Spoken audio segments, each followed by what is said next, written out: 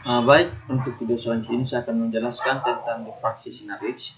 Ya, difraksi sinar X menurut hukum Bar, ya, pada kristal. Nah, perlu kita ketahui bahwa difraksi sinar X merupakan salah satu metode karakterisasi standar yang digunakan untuk mengidentifikasi fasa-fasa yang ada pada sebuah material. Atau lebih jelasnya kita melihat bahwa difraksi sinar X itu merupakan teknik yang digunakan untuk menganalisis ya padatan kristalin. Ya, itu kalau kristal itu berbicara tentang menganalisis padat kristal ya. Nah, sinar X merupakan uh, radiasi gelombang elektromagnetik transversal dengan daerah panjang gelombang sekitar 0,1 sampai 1000 angstrom yang terdiri dari partikel yang tidak bermuatan. Pada saat berkas sinar X diradiasikan pada sebuah atom, maka berkas tersebut akan diserap atau dihamburkan oleh atom peristiwa. Inilah yang pada akhirnya dapat memperhatikan fase-fase yang ada pada sebuah material. Nah,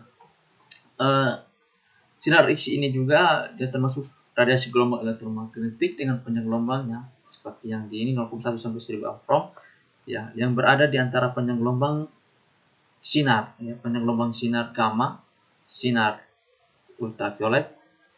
Ya. Sinar X ini dihasilkan jika elektron berkecepatan tinggi menembus suatu logam target ya, suatu logam target. Nah, analisis material dengan metode difraksi sinar X didasarkan pada keberadaan struktur kristal dalam material tersebut. Struktur kristal memiliki bidang yang dibentuknya oleh atom-atom yang tersusun secara teratur. Berkas sinar X yang mengenai bidang kristal tertentu akan menumbuhkan sudut difraksi yang dihasilkan dapat menemukan struktur kristal dan jarak antar bidang kristal difraksi berdasarkan hukum Bar. Ya, ini sudah masuk dalam analisis material metode difraksi sinar X yang menurut hukum Bar. Namun sebelum itu kita harus memperhatikan dulu pembentukan sinar X-nya. Ini ada materi lanjutan dari pembentukan sinar X yang saya sudah jelaskan dari pertama tadi. Ya, coba kita lihat pada gambar ini. Ya, ini. Ya. Ini adalah sinar X ya. Ini adalah sinar X. Nah, elektron yang berkecepatan tinggi yang mengenai elektron pada orbital 1s ya, pada orbital 1s ini akan menyebabkan elektron tereksitasi ya, akan menyebabkan elektron akan tereksitasi, menyebabkan kekosongan ya, menyebabkan kekosongan pada orbital 1s ini ya. Dengan adanya pengisian elektron pada orbital kosong tersebut dari orbital yang lebih tinggi, energinya akan memberikan pancaran sinar X ya, ini akan memberikan pancaran sinar X. Nah, sinar X yang diperoleh memberikan intensitas puncak. Ya, coba kita perhatikan pada gambar ini. Ya, ini. Ya, sinar X yang diperoleh memberikan intensitas puncak tertentu yang bergantung pada kebolehjadian transisi elektron yang terjadi. Ya, transisi Ka lebih mungkin terjadi dan memiliki intensitas yang lebih tinggi daripada intensitas ini K1 ya, Kb ya, beta ya, alfa ya, beta alfa. Nah, daripada K beta. Nah, sehingga radiasi Ka yang digunakan untuk keperluan difraksi sinar X. Nah, sinar X juga dapat dihasilkan oleh proses perlambatan elektron pada saat menembus logam sasaran. Proses perlambatan ini menghasilkan sinar X. Menghasilkan yang biasa disebut sebagai radiasi putih. Yang disebut dengan radiasi putih.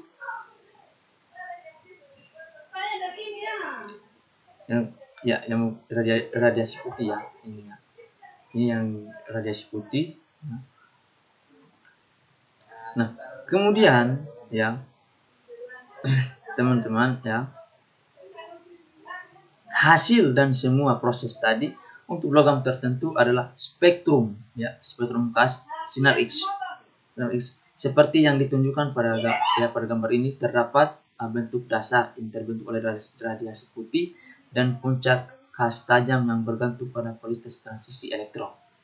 Nah, teman-teman yang pada gambar ini nah, terdapat beberapa jenis pancaran panjang gelombang yang dihasilkan dengan intensitas yang berbeda ya, di mana panjang gelombang Ka1 memiliki intensitas yang lebih tinggi ya Ka1 memiliki intensitas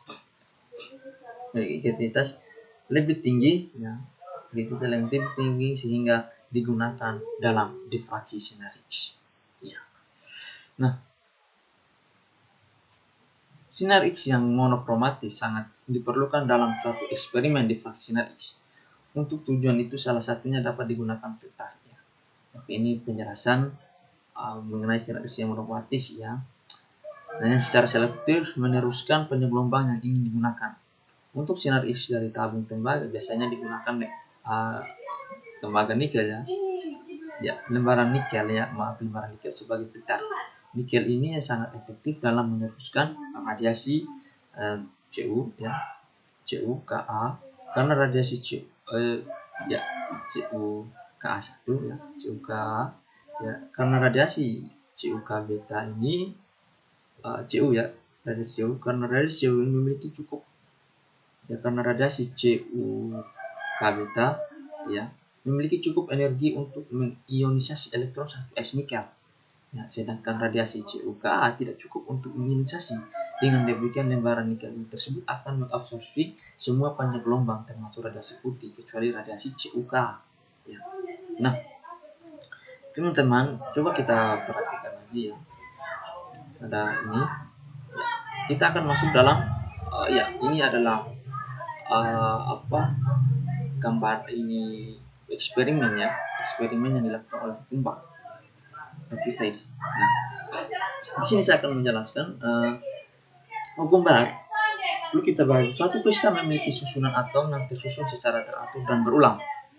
Nah, yang memiliki jarak antara atom yang ordernya sama dengan panjang gelombang sinar X. Akibatnya, bila sebarkah sinar X ditembakkan pada suatu material kristal, maka sinar tersebut akan menghasilkan pola difraksi gas. Nah, pola difraksi yang dihasilkan sesuai dengan susunan atom pada kristal. Ya. Menurut pendekatan Barat, ya, kristal dapat dipandang terdiri atas bidang-bidang datar, kisi dan kristal. Ya, bidang datar, kisi dan kristal, ya. Nah, ya, ini bidang kisi dan kristal. Nah,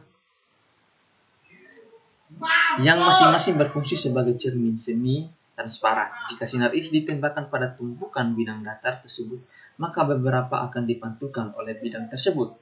Ya, jika ini seperti pada gambar ini, ya, jika sinar X ditembakkan pada tumpukan bidang datar tersebut, maka beberapa akan dipantulkan, ya, di bidang tersebut, sehingga sudut dipantul sama dengan sudut datang. Ya, sudut pantul, ya, sama dengan sudut datang. Nah, seperti yang pada gambar ini, ya. Nah, penerusan secara matematik ada yang dipantulkan dan ada yang meneruskan. Nah, penerusan secara matematik dapat dikemukakan dengan menghubungkan panjang gelombang sinar X, jarak antar bidang dalam kristal dan sudutnya ini, ya, dan sudut difraksi. Nah, kalau kita perlu ketahui bahwa rumus Huckenberg, yaitu n lambda, ya, lambda sama dengan 2d sin theta. Ya, bisa, ya, ini 2d HKL sama sin theta sama dengan n lambda, atau n lambda sama dengan 2d sin theta. Nah, dengan n sama dengan order 1/3, lambda sama dengan panjang gelombang sinar X, dan d jarak antar bidang atom-atom, dan theta adalah sudut berkas datang. Nah, berdasarkan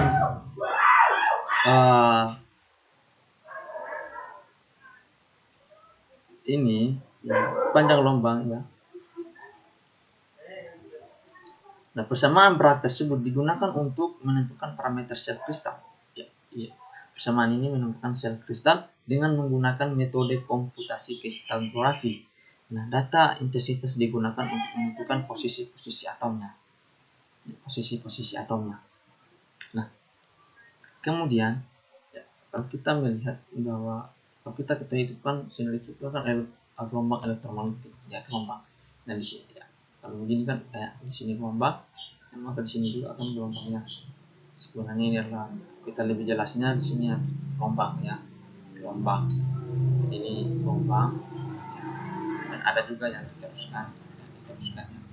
Nah, kemudian kita akan masuk dalam difraksi sinar X ya, yang seperti pada ini ya, gambar ini kan ya, ini ya, gambar ini kerja alat difraksi sinar X XRD. Nah, salah satu teknik yang digunakan untuk menentukan struktur suatu padatan kristalin adalah metode difraksi sinar X serbuk. Ya, serbuk seperti terlihat pada gambar 9 dan 10. Sampel berupa serbuk padatan kristalin yang memiliki ukuran kecil dengan diameter butiran kristal yang sekitar 10 sampai 10 min pangkat min 7 sampai 10 pangkat min 4 meter ditempatkan pada sampel holder. Nah, teman-teman, ya, ketika melihat pada gambar ini adalah skema difraktometer. Ini skema difraktometer sinar X serbuk ya. Tabung sinar X akan mengeluarkan sinar X ya. Tabung sinar X ini akan mengeluarkan sinar X ya. Akan mengeluarkan sinar X yang difokuskan sehingga mengenai sampel oleh penfokus. Ya, ini penfokus ya. Detektor ya, detektor. Ini detektor ya. Ini detektor akan bergerak sepanjang lintasan.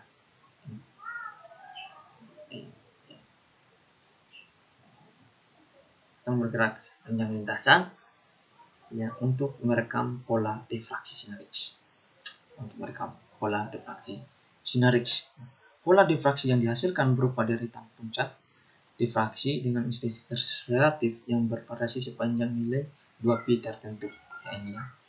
Ya, ini 2pi tertentu. Biasanya intensitas relatif puncak dari deretan puncak tersebut bergantung pada jumlah atom atau ion. Jumlah atom atau ion yang ada dan distribusinya di dalam sel satuan material tersebut. Pola difraksi setiap padatan kristalin gas yang bergantung pada kisi kristal, unit parameter dan panjang gelombang sinar X yang digunakan. Ya, dengan demikian sangat kecil kemungkinan dihasilkan pola difraksi yang sama untuk satu padatan kristal yang berbeda. Ya, yang berbeda. Ya, ini ya. Jalannya sinar X diperlihatkan oleh ya. Ini jalannya sinar X yang diperlihatkan oleh gambar 10 berturut-turut sebagai berikut. Ya, ini. Ya. Ini adalah tampak fisik difraktometer ya, tampak keseluruhan. Ya, ini alatnya ya. Alatnya ya, ini tadi ya, bentuk keluaran dari foton ya, ini sudah tadi ya, 2pi per menit ya, sungguh X setara dengan sudut ya, sudah ya. Ya, ini adalah analisis data difraksi sinar X. Ada analisis kualitatif ya, pada difraksi yang diperoleh dari sinar X ya, menggambarkan kristalisis material yang diuji. Oke. Nah, ya, analisis kuantitatif ya, bertujuan untuk mengetahui komposisi dari material yang diuji. Nah, yang berikut ya, analisis kuantitatif, dan ini adalah metode Riflet. Ya, ini adalah metode yang kita gunakan dalam analisis tersebut. Ya, ada metode proses perhalusan. Metode yang digunakan dalam analisis ini adalah metode kuadrat terkecil. Nah, oke, ya. Oke, ini gambarnya ya. Kalau kita analisis dia, ya, ini seperti ini. Data ISCD ya. Oke, selanjutnya kami ya, sekian dan terima kasih.